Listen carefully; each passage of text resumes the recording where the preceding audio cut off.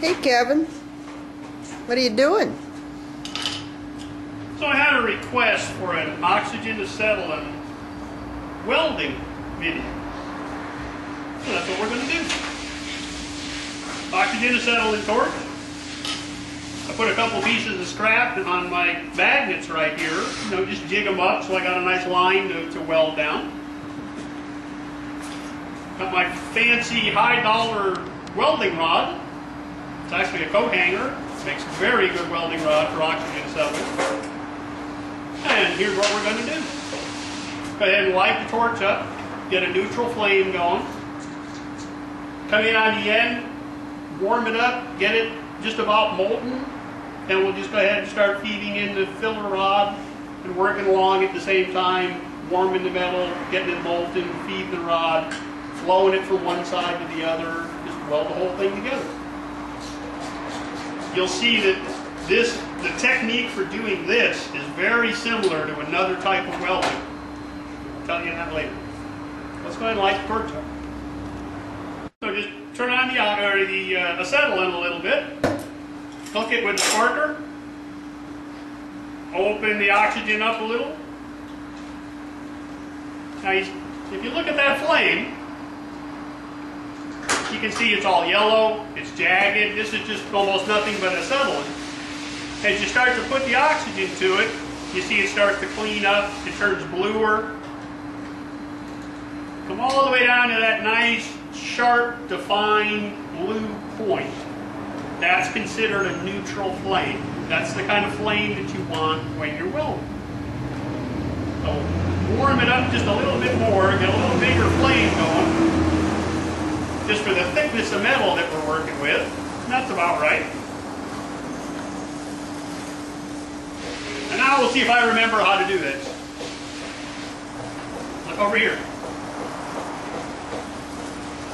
See, as you start to get the metal hot, you see the metal starting to turn red. A little bit more, a little bit more. Just about the time it starts to turn molten.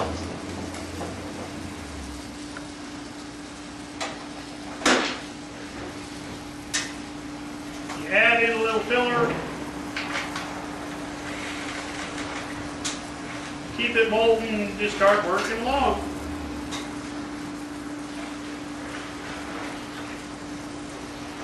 You really need a good fit between your two pieces when you're doing this. You don't have big gaps to try to fill in. Because you're using, I got a little too close, that's why I popped. Because you're using the oxygen acetylene, if you wind up working with a big gap, you have a lot of burn through where the two pieces melt and fall apart before you can actually get the filler rod in there.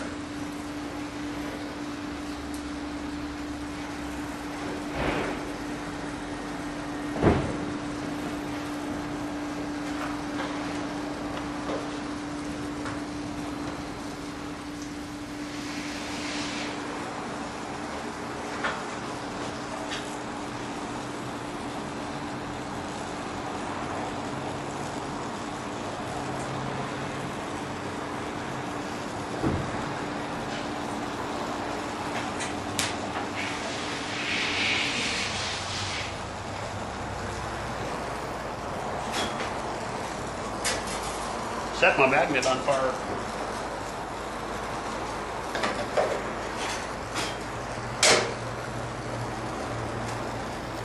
Let's move over here in the middle.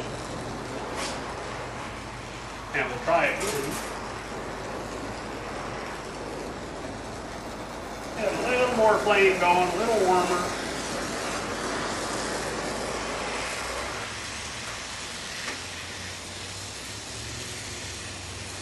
See the two edges starting to get warm, getting hot. Hey Kevin, your magnet's still on fire there. It'll go out after a while.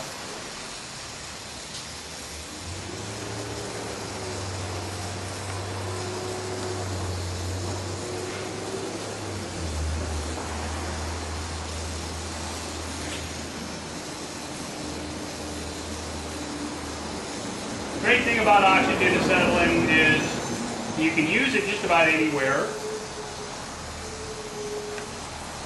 take the bottles out in the field, you want to work on a fence post, you can turn the flame down, you can get smaller tips, so you're working basically with a little cooler fire, a little less fire, so you work in a smaller area, so you can work on thinner metal.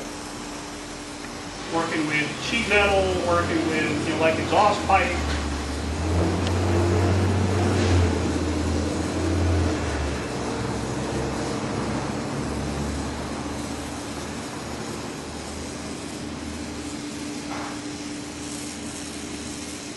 It's great for brazing, as far as working with like a copper or cast iron.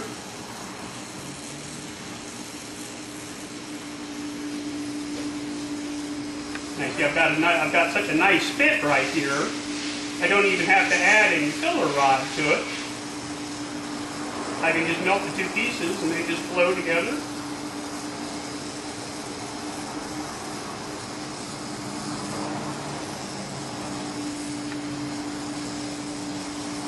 And that's pretty much how you do it. Turn the torch off.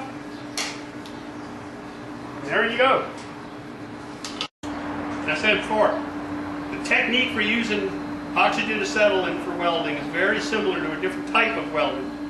You have your torch, you have your filler rod, you come in and start your puddle, get it molten, then you work along and you add in your filler rod as you're going. Very, very similar to TIG welding. The only difference is you don't have a foot pedal or a finger control to control the flame. But once you master this, it's really, really easy to make the jump over to TIG. Hope that helps. See you next time.